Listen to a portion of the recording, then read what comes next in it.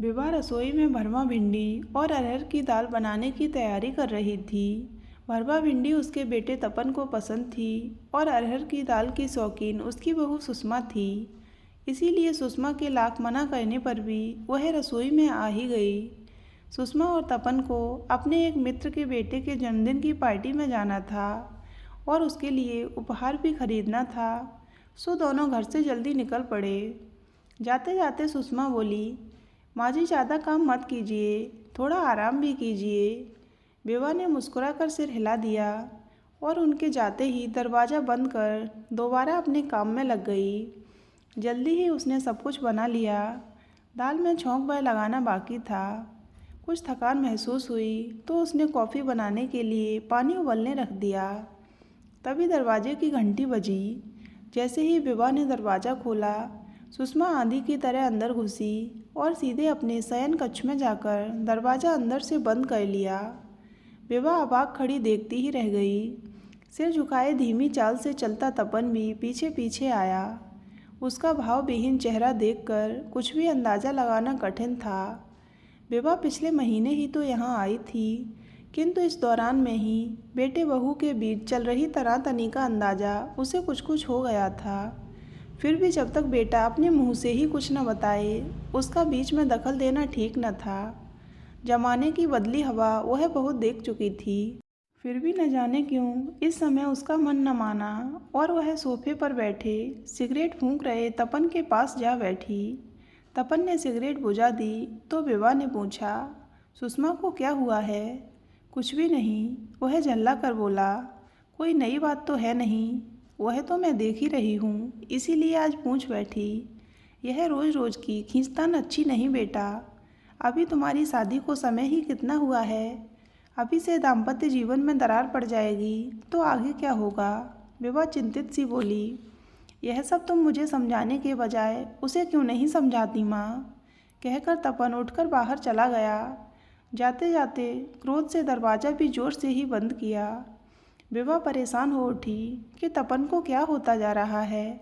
बड़ी मुश्किल से तो वे लोग उसकी रुचि के अनुसार लड़की ढूंढ पाए थे। उसने तमाम गुणों की लिस्ट बना दी थी कि लड़की सुंदर हो, खूब पढ़ी लिखी हो, घर भी संभाल सके और उसके साथ ऊंची सोसाइटी में उठ बैठ भी सके, फूहड़पन बिल्कुल न हो, आदि आदि। कुछ सोचते हुए विभा फिर रसोई में चली गई।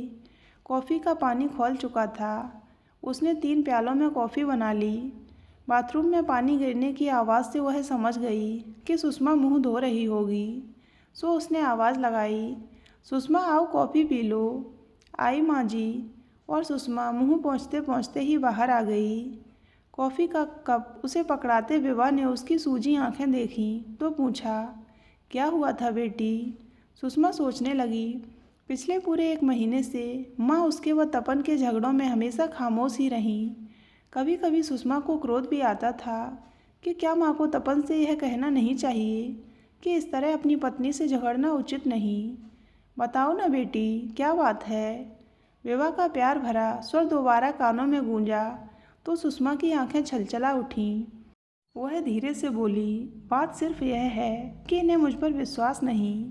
यह कैसी बात कर रही हो? विभा बेचैनी से बोली। पति अपनी पत्नी पर विश्वास न करे, यह कभी हो सकता है भला? यह आप उनसे क्यों नहीं पूछती, जो भरी पार्टी में किसी दूसरे पुरुष से मुझे बातें करते देख कर ही बौखला उठते हैं और फिर किसी न किसी बहाने से बीच पार्टी से ही मुझे उठाकर ले आते हैं, भले ही मैं आना न चाहूँ। मैं क्या बच्ची हूँ जो अपना भला बुरा नहीं समझती? विभा की समझ में बहुत कुछ आ रहा था। तस्वीर का एक रुख साफ हो चुका था। अपनी सुंदर पत्नी पर अपना अधिकार जमाए रखने की धुन में पति का अहम पत्नी के अहम से टकरा रहा था। वह प्यार से बोली, अच्छा तुम कॉफ़ी पियो, ठंडी हो रही है, मैं तपन को समझाऊंगी। यह कहकर विभा रसोई में चली गई। कुकर का ढक्कन खोलकर दाल छौंकी तो उसकी महक पूरे घर में फैल गई। तभी तपन भी अंदर आया और बिना किसी से कुछ बोले कॉफ़ी का कप रसोई से उठाकर अंदर कमरे में चला गया। रात को जब तीनों खाना खाने बैठे तब भी तपन का मूड ठीक नहीं था। इधर सुषमा भी अकड़ी हुई थी। वह डब्बे से रोटी निकालकर अपनी व विभा की प्लेट में तो रखती, लेकिन तपन के आगे डब्बा ही खिसका देती। एक आध बार तो विभा चुप रही, फिर बोली, बेटी तपन की प्लेट में भी रोटी निकाल कर रखो। इस पर सुषमा ने रोटी निकालकर पहले तपन की प्लेट में रखी तो उसका तना हुआ चेहरा कुछ ढीला पड़ा। खाने के बाद विभा रोज कुछ देर घर के सामने ही टहलती थी। सुषमा या तपन में से कोई एक उनके साथ हो लेता था। उन दोनों ने ही उसे यहाँ बुलाया था और दोनों चाहते थे कि जितने दिन विभा यहाँ रहें उनका पूरा ध्यान रखा जाए। इसीलिए जब विभा ने बाहर जाने के लिए दरवाज़ा खोला तो पाँव में चप्पल डालकर तपन भी साथ हो लिया। कुछ दूर तक मौन चलते रहने के बाद विभा ने पूछा, सुषमा को क्या तुम पार्टी से ज़बरदस्ती जल्दी ले आए थे? माँ, अच्छे बुरे लोग सभी जगह होते हैं। सुषमा जिस व्यक्ति के साथ बातें किए जा रही थी उसके बारे में दफ्तर में किसी की भी राय अच्छी नहीं है। दफ्तर में काम करने वाली हर लड़की उससे कतराती है। अब ऐसे में सुषमा का इतनी देर तक उसके साथ रहना और ऊपर से वह नालायक भी भाभी जी करता उसके आगे पीछे ही लगा रहा क्योंकि कोई और लड़की उसे लिफ्ट ही नहीं दे रही। माँ, अब तुम ही बताओ, मेरे पास और क्या उपाय था सिवाय इसके कि मैं उसे वहाँ से वापस ले आता। उसे खुद भी तो अक्ल होनी चाहिए कि ऐसे वैसों को ज़्यादा मुंह न लगाया करे। किसी भी बहाने से वह उसके पास से हट जाती तो भला मैं पार्टी बीच में छोड़कर उसे जल्दी क्यों लाता। तपन के स्वर में कुछ लाचारी थी तो कुछ नाराज़गी। विभा मन ही मन मुस्कुराई कि सुंदर पत्नी की चाह सभी को होती है, किंतु कभी कभी खूबसूरती भी सिरदर्द बन जाती है। वह बोली, चलो छोड़ो, जाने दो, धीरे धीरे समझ जाएगी। तुम भी थोड़ा सब्र से काम लो। और विभा घर की ओर पलट पड़ी। विभा की सारी रात करवटें बदलते बीती। बेटा मानो उसके पति का ही प्रतिरूप बन सामने आ खड़ा हुआ था। अपनी शादी के तुरंत बाद के दिन विभा की बंद आँखों में किसी चलचित्र की भांति उभर आए। किसी भी पार्टी में जाने पर अपने पति सत्येंद्र का अपनी सुंदर पत्नी के चारों ओर मानो एक घेरा सा डाले रखना उसे भूला न था। कभी कभी सत्येंद्र के मित्रों की पत्नियां विभा को चिढ़ाती तो उसे पति के इस व्यवहार पर क्रोध भी आता, किंतु उनके खिलाफ बोलना उसके स्वभाव में न था, सो चुप रह जाती। युवावस्था के उन मादक मधुर दिनों की यादें विभा के दिल को झकझोरने लगीं। कैसे थे वे मोहक दिन, जब दफ्तर से छूटते ही सत्येंद्र इस तरह घर भागते जैसे किसी कैद खाने से छूटे हों। दोस्तों के व्यंग बाणों को वे सिर के ऊपर से ही निकल जाने देते। पहले दफ्तर के बाद लगभग रोज़ ही कॉफ़ी हाउस में दोस्तों के साथ एक प्याला कॉफ़ी ज़रूर पीते थे, तब कहीं घर आते थे। किंतु शादी के बाद तो जैसे दफ्तर का समय ही काटे न कटता था। शाम के बाद भला सत्येंद्र कहाँ रुकने वाले थे। दोस्तों के हंसने की जरा भी परवाह किए बिना अपनी छोटी सी पुरानी गाड़ी में बैठकर सीधे घर भागते। लेकिन दोस्त भी कच्चे खिलाड़ी न थे। कभी कभी दो चार इकट्ठे मिलकर मोर्चा बांध लेते और उनसे पहले ही उनकी गाड़ी के पास आ खड़े होते।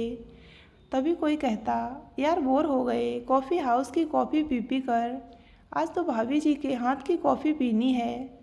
इससे पहले कि सत्येंद्र हाँ या ना कहें, सबके सब गाड़ी में चढ़कर बैठ जाते। इधर विभा रोज ही शाम को पति के आने के समय विशेष रूप से बन संवर कर तैयार रहती थी। यह उसकी माँ का दिया मंत्र था कि दिन भर के थके हारे पति की आधी थकान तो पत्नी का मोहक मुस्कुराता मुखड़ा देख कर ही उतर जाती है। किंतु जब सत्येंद्र मित्रों को लिए घर पहुँचता और वे सब उसकी सुंदर सजी धजी पत्नी को भाभी जी कहकर घेर लेते तो वह अलग थलग कुर्सी पर जा बैठता। मित्र भी तो कम शरारती न थे। सत्येंद्र के मनोभावों को समझकर भी अनजान बने रहते। उधर विभा उन सबके सामने बढ़िया नाश्ता रखकर कॉफ़ी बनाकर स्नेह से उन्हें खिलाती पिलाती। यह सब देखकर सत्येंद्र और उठ जाता। विभा स्थिति की नज़ाकत समझती थी और अब तक वह सत्येंद्र के स्वभाव को अच्छी तरह जान भी चुकी थी। इसलिए वह उसके मित्रों को जल्दी जल्दी खिला पिलाकर विदा करने की कोशिश करती। मित्रों के जाते ही सत्येंद्र पत्नी पर बरसते। क्या ज़रूरत थी उन सब की इतनी आवभगत करने की। तुम थोड़ा रूखा व्यवहार करोगी तो वो खुद ही आना छोड़ देंगे, लेकिन तुम तो उनके सामने मक्खन मलाई हो जाती हो। वाहवाही लूटने का शौक़ जो है। सत्येंद्र की कटु आलोचना सुनकर विभा की आंखें भर आतीं। किंतु उसमें गजब का धैर्य था। वह अच्छी तरह जानती थी कि इस स्थिति में वह उसे कुछ भी समझा नहीं पाएगी। वह चुपचाप रात के खाने की तैयारी में लग जाती, सत्येंद्र की मनपसंद चीज़ें बनाती और फिर भोजन निबटने के बाद रात में उसे समझाने की कोशिश करते हुए पूछती, अच्छा बताओ तो, क्या तुम सचमुच ही अपने मित्रों का यहाँ आना पसंद नहीं करते? मैं तो उनकी खातिरदारी सिर्फ इसलिए करती हूँ कि वे ऑफिस में तुम्हारे साथ काम करते हैं, उनके साथ तुम्हारा दिन भर का उठना बैठना होता है, वरना मुझे उनकी खातिरदारी करने की क्या पड़ी है। यदि तुम्हें ही पसंद नहीं तो फिर अगली बार से उन्हें केवल चाय पिलाकर ही टरका दूंगी। अरे नहीं नहीं, यह ठीक नहीं होगा। सच तो यह है कि जब भी सब दफ्तर में तुम्हारी इतनी तारीफ़ करते हैं तो मुझे बहुत अच्छा लगता है, लेकिन क्या करूं, दिन भर के इंतज़ार के बाद जब शाम को तुम मुझे मिलती हो तो फिर बीच में कोई अड़ंगा मैं सहन नहीं कर सकता। कैसा अड़ंगा भला? उसके सीने में मुंह छुपाए विवाह मीठे स्वर में कहती, मैं तो सदा ही केवल तुम्हारी हूँ, पूरी तरह तुम्हारी। तुम्हारे इन मित्रों की बचकानी हरकतें तो मेरे लिए तुम्हारे छोटे भाइयों की कमी पूरी करती हैं। अक्सर सोचती हूँ कि यदि तुम्हारे छोटे भाई होते तो वे यूँ ही भाभी भाभी कहकर मुझे घेरे रहते। यही समझो कि तुम्हारे मित्रों द्वारा मेरे दिल की यही कमी पूरी होती है। चलो फिर ठीक है, अब बुरा नहीं मानूंगा, भूल जाओ सब। फिर धीरे धीरे सत्येंद्र इस सच को समझते गए कि घर आए मेहमान की उपेक्षा करना ठीक नहीं, और अब विवाह का अपने मित्रों से बातचीत करना, उनकी खातिरदारी करना उन्हें बुरा नहीं लगता था। बदलते समय के साथ फिर तो बहुत कुछ बदलता गया। दोनों के जीवन में बच्चों के जन्म से लेकर उनके विवाह तक न जाने कितने उतार चढ़ाव आए, जिन्हें दोनों ने एक साथ झेला।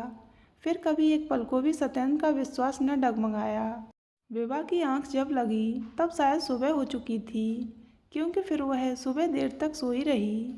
किंतु उस दिन शनिवार होने के कारण तपन की छुट्टी थी, सो किसी काम की कोई जल्दी नहीं थी। मुंह धोकर जब विवाह रसोई में पहुंची तो सुषमा चाय बना चुकी थी। उसे देखते ही चिंतित सी बोली, आपकी तबीयत तो ठीक है ना? हाँ वह तो ठीक है, विवाह ने कहा।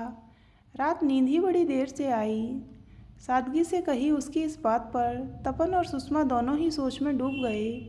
वे दोनों जानते थे कि उनके आपसी झगड़ों से माँ का दिल दुखी हो उठता है और मुंह से कुछ भी न कहकर वे उस दुख को चुपचाप सह लेती हैं। सुषमा के हाथ से कप लेकर विवाह खामोशी से चाय पीने लगी। तपन पास आकर बैठते हुए बोला, चलो माँ, तुम्हें कहीं घुमा लाते हैं। कहाँ चलना चाहते हो? विवाह ने हल्के से हंसकर पूछा तो तपन और सुषमा दोनों के चेहरे चमक उठे। चलो माँ, किसी अच्छे गार्डन में चलते हैं। सुषमा थर्मस में चाय डाल लेगी और थोड़े सैंडविच भी बना लेगी। क्यों, ठीक है ना? हाँ हाँ, कहते हुए सुषमा ने जब तपन की ओर देखा तो उस नज़र में उन दोनों के बीच हुए समझौते की झलक थी। विवाह का चिंतित मन यह देखकर खुश हो गया। नवंबर की धूप में गार्डन फूलों से लहलहा रहा था। शनिवार की छुट्टी होने के कारण अपने छोटे बच्चों को साथ लेकर आए बहुत से युवा जोड़े वहाँ घूम रहे थे। दिल्ली शहर के छोटे मकानों में रहने वाले मध्यवर्गीय परिवारों के बच्चे खुली हवा के लिए तरसते रहते हैं। अब इस समय यहाँ मैदान में बड़ी ही मस्ती से हो हल्ला मचाते एक दूसरे के पीछे भाग रहे थे। बच्चों की इस खुशी का रंग उनके माता पिता के चेहरों पर भी झलक रहा था। विवाह का मन भी यहाँ की रौनक में डूबकर हल्का हो उठा।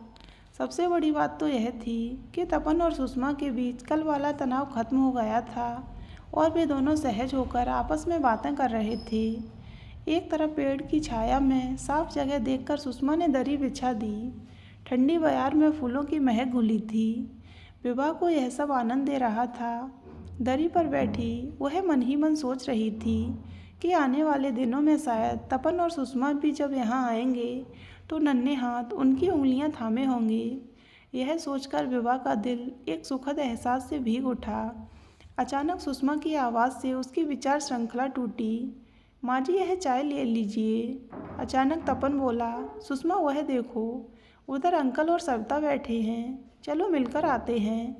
किंतु सुषमा बोली, तुम हो आओ, मैं यहाँ माँ जी के साथ ही बैठूंगी। ठीक है, कहकर तपन उधर चला गया। विभा ने एक गहरी नज़र सुषमा पर डाली, जो घुटनों पर सिर रखे चुप बैठी थी। चाय पीकर गिलास नीचे रखते ही विभा उसके पास खिसक आई और पूछा, तुम गई क्यों नहीं? शायद उसके दफ्तर का कोई दोस्त है। क्या फ़ायदा माँ जी, फिर झगड़ा झंझट करेंगे। अब आप ही बताइए, इनके मित्र मुझसे बात करें तो क्या मैं अशिष्ट बन जाऊँ? उनके साथ हंसकर बात करूँ तो ये नाराज़, और न करूँ तो वे लोग बुरा मानेंगे। मैं तो बीच में फंस जाती हूँ ना। अब तो मैं इनके साथ पार्टियों में जाना भी बंद कर दूँगी, घर पर ही ठीक हूँ। सुषमा थोड़ा तल्खी से बोली।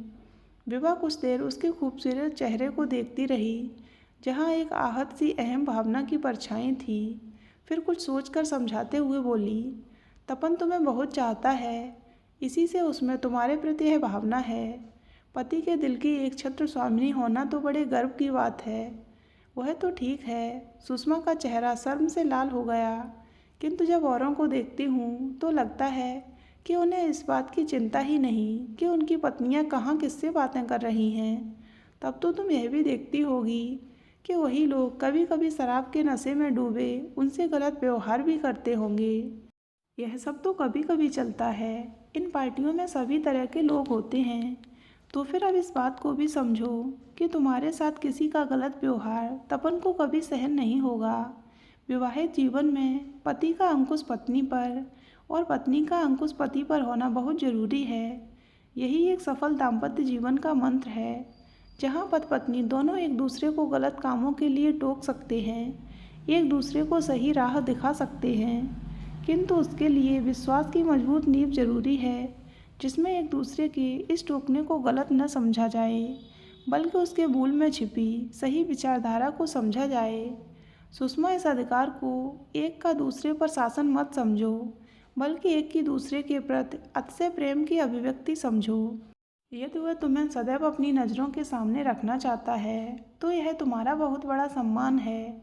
पति जिस स्त्री का सम्मान करता है उसका सम्मान सारी दुनिया करती है, इसे हमेशा याद रखना। इतना सब कुछ एक सांस में ही कह चुकने के बाद विभा खामोश हो गई।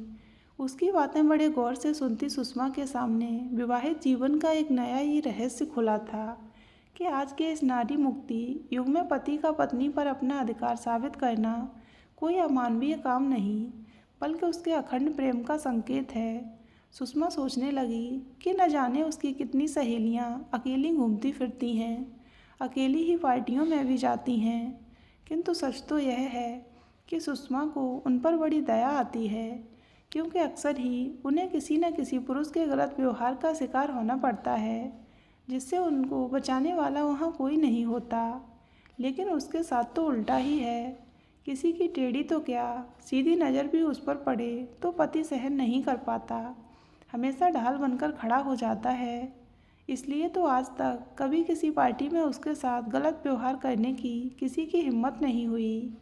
बुरे से बुरा व्यक्ति भी उसके सामने आकर इज्जत से हाथ जोड़कर उसे भाभी जी ही कहता है।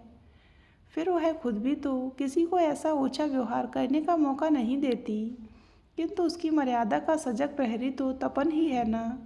उसका अपना तपन, जो इन पार्टियों में हर समय साये की तरह उसके साथ रहता है। अक्सर उसके दोस्त हंसते भी हैं और कहते भी हैं कि बीबी को अकेला छोड़ता ही नहीं, किंतु तपन उनके हंसने या मजाक बनाने की कतई परवाह नहीं करता। ये विचार मन में आते ही सुषमा को अपने तपन पर बहुत ज़्यादा प्यार आया। उसकी इच्छा हो रही थी कि दौड़ कर जाए और दूर खड़े तपन के गले में अपनी बाहें डाल दे और कहे, अब मैं तुम्हारी किसी बात का बुरा नहीं मानूंगी। माँ जी ने मेरी आंखों से नासमझी का पर्दा उठा दिया है। तुम्हारी नाराज़गी का भी सम्मान करूंगी, क्योंकि वह मेरा सुरक्षा कवच है। मेरे अब तक के व्यवहार के लिए मुझे माफ़ कर दो। मन ही मन इन विचारों में घिरी सुषमा का चेहरा विश्वास की आभा से जगमगा रहा था। आंखों में मानो प्यार के दिए जल उठे थे। बड़ी बेसब्री से वह तपन के आने की प्रतीक्षा कर रही थी। सुषमा सोच रही थी कि कैसी अजीब बात है कि जब तक वह घटनाओं से खुद को जोड़े हुए थी, कुछ भी साफ साफ देख समझ नहीं पा रही थी, किंतु जब घटनाओं से अलग होकर उसने खुद को तटस्थ किया तो सब कुछ शीशे की तरह साफ हो गया। उसके अपने ही दिल ने पल भर में सही गलत का फैसला कर लिया। तो दोस्तों, अगर आपको ये कहानी अच्छी लगी हो तो वीडियो को लाइक करें और हमारे चैनल को सब्सक्राइब अवश्य करें।